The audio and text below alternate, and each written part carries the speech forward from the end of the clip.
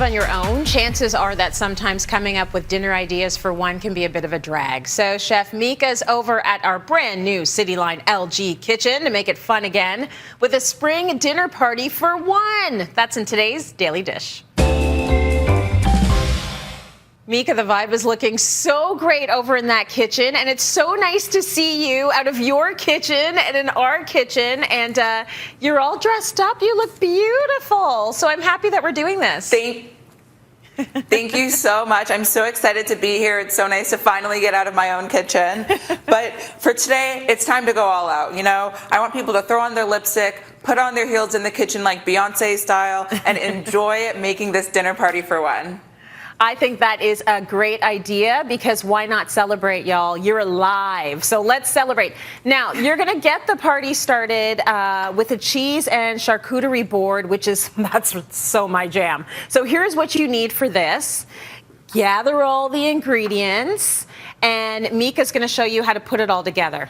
Yes, cheese and charcuterie boards are such a good way to feel fancy on your own. So I'm going to start by making some truffle honey. So I'm using just regular honey with truffle oil. So super simple, and that's going to taste, what, a little bit sweet, a little bit savory?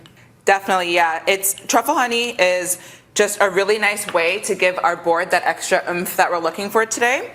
And for our cheeses, I'm going with some brie that I've cut up into bite-sized pieces.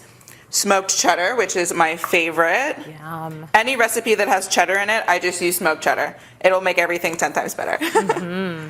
And then also a spreadable blue cheese. So if blue cheese really isn't your thing, a creamy goat cheese would also be delicious. Yes. So I'll arrange the rest of the board. I'm using apple slices.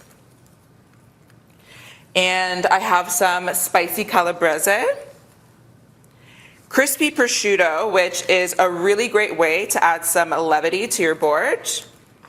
Yeah. And orange marmalade, which isn't a typical jam for a cheese and charcuterie board, but my grandma was obsessed with it. So I added it here today just kind of as an ode to her. Now, we got to talk carbs. Are you throwing some bread on that board right now? Yes, I'm throwing some pretzel bread. I love pretzel bread. It's a great way to kick this cheese board up a notch. It's a lot saltier than typical baguettes, and it's really dense, but it's quite soft. And voila, we have our fancy cheese and charcuterie board for one. That is beautiful. Okay, I'm ready for dinner, but you know what? Feeling a little parched. Let's talk a little bit about the cocktail for our party.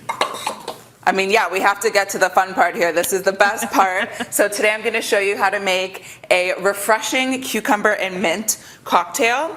So I have some cucumbers in there. I'm going to throw some mint leaves, and we're going to muddle this with some fresh lemon juice. You're sort of bruising up the mint and the herbs, and the flavor's going to come out more when you do that. Exactly. Okay, and then we'll add our ice.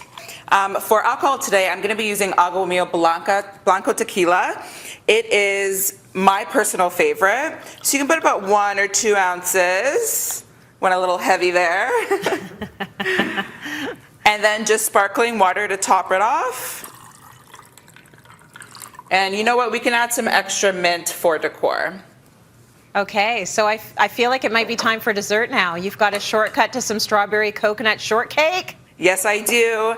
And this one is so easy. It's probably the quickest dessert you could ever make. I'm going to start with some crumpled up sponge cake. And we're just going to layer it in a mason jar. Might get a little messy. That's okay. And then some chopped up strawberries. Yum. And the best part, coconut whip. I think this is like really one of the most underrated dessert ingredients. It's dairy-free. It tastes obviously more coconutty than regular whipped cream. And then you just layer it a couple of times, right? Oh, yeah. Yeah, I'm just going to do a couple layers, do a big topping of the coconut, some more strawberries, and we're going to finish it off with some icing sugar. Oh my gosh, what a beautiful meal. And I know that you are very big on sort of shopping local, using local produce, and that's what you've done for all of the steps of this meal, right?